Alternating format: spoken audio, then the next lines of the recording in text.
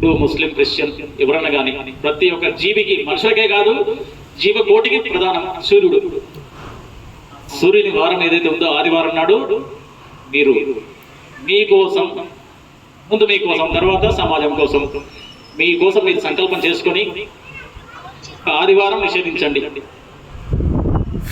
ఆదివారం నిషేధించండి.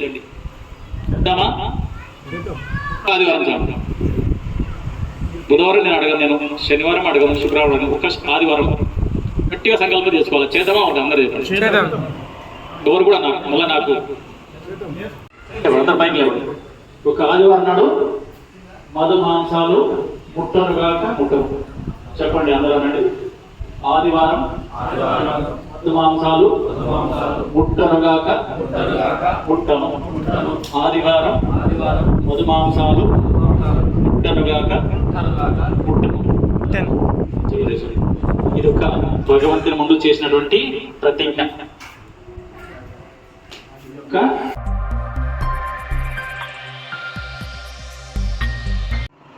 ఆ టైంలో అయితే డైరెక్ట్ ఉంటారు కాబట్టి ఆ టైంలో లేవాలి మానవుడు.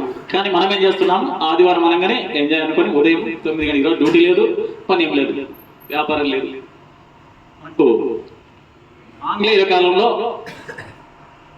ఆంగ్లేయులు మన దేశాన్ని పాలించే సమయంలో మనకున్న తెలివిని, మనకున్న ఆచరణ విధానాలను బట్టి వాళ్ళు ఆలోచిస్తే భారతదేశం ప్రపంచంలోనే చాలా తెలివైన దేశం.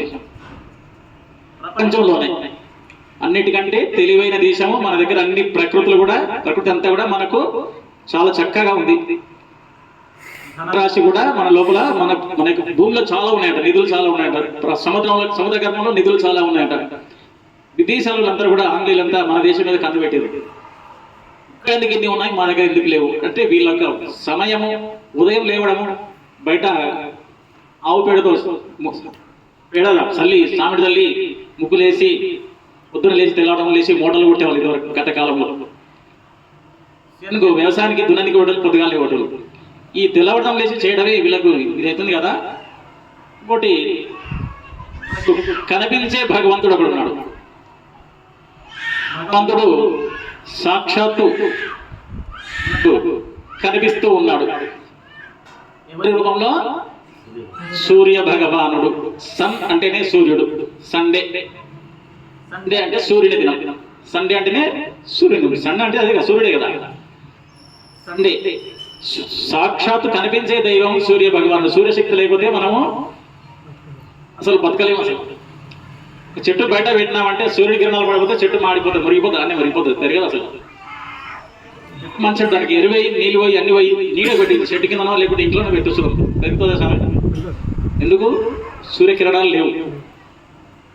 మంచి కూడా సూర్యుడు లేకపోతే వెళ్తారు ఎక్కడ నుంచి? చంద్రుడి నుంచి వస్తుందా? చంద్రుడి డైరెక్ట్ వస్తుందా? ఇట్లా ఎక్కడి నుంచి వస్తుంది? చంద్రుడికి ఎక్కడి నుంచి వస్తుంది? సూర్యుడి నుంచి చంద్రునికి వస్తే చంద్రుడు మనకు వెళ్తురు ఇస్తున్నాడు. ఇదొక సైన్స్. చంద్రుల్లో నుంచి వచ్చే వెలుతురు ఎక్కడి నుంచి వస్తుందంటే సూర్యుడి నుంచి చంద్రుడి మీద పోతే అది ప్రతిబింబించి మనకు చల్లని వెలుతురు ఇస్తున్నాడు చంద్రుడు. సూర్యుడే ప్రధానం. నవగ్రహాలు పెట్టినామంటే సూర్యుడికి ముందు పూజ చేస్తాం మనం.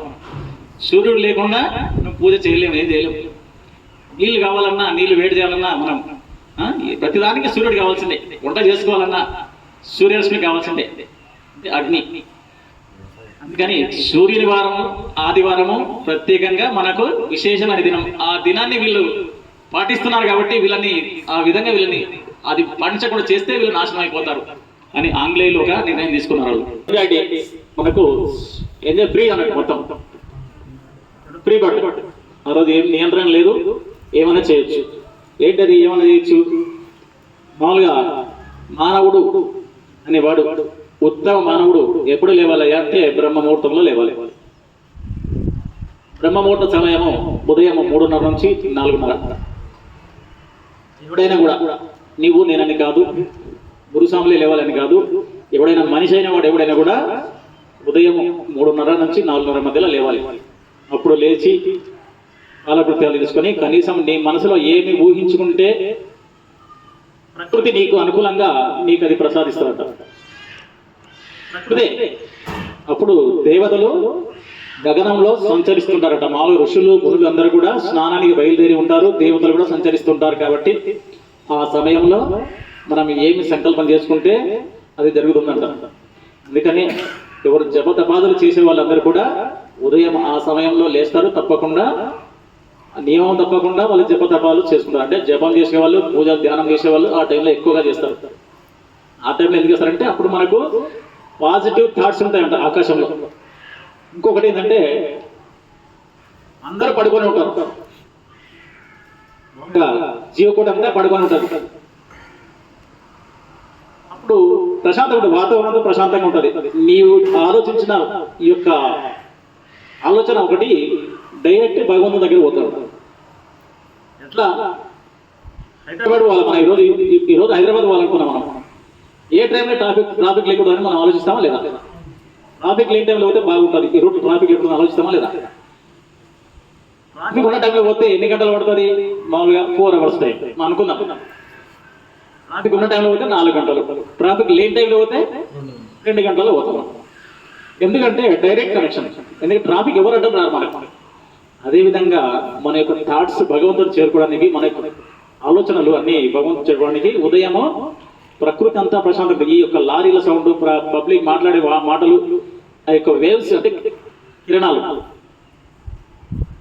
కిరణాలన్నీ ఈ యొక్క గాలిలో నడుస్తుంటాయి అన్నాడు. నేను మాట్లాడే మాట ఇక్కడ ఇప్పడుతుందంటే మధ్యలో నీకు వేవ్స్ నడుస్తున్నాయి. నీకు నాకు ఈ యొక్క నా మాట శక్తి ఒకటి నీ దగ్గర వస్తుంది, కిరణాలు ఇట్లా వస్తున్నాయి అన్నాడు. నీవు మాట్లాడే నాకు వస్తుంది, ఆయన మాట్లాడు అక్కడ పోతుంది, ఈయన మాట్లాడు అక్కడ పోతుంది, నేను మాట్లాడే మైక్లో మాట్లాడమాట ఎక్కడెక్కడ పోతుంది, ఎంత దూరం పడుతుందో అంత దూరం నాకు కిరణాలు పోతుంది. అట్లాగే అందరూ మాట్లాడిన రీసౌండ్స్ అంతా కూడా ప్రకృతిలో సంచరిస్తుంటాయి. అప్పుడు ట్రాఫిక్ అనే రద్దీ, ఈ యొక్క వాయిసెస్ రద్దీ, కోరికలు ఆలోచనలో రద్దీ ఎక్కువ అన్నాడు. ఇప్పుడు మన కోరిక మనం అనుకున్న సంకల్పం ఏదో భగవంతుడికి చేరుకునికే చాలా లేట్ అవుతుంది. అందరూ అసలు అక్కడ దాకా పోతే మధ్యలో బ్రేక్ కూడా కావచ్చు, అంత దూరం పోయి లోపల. అందుకని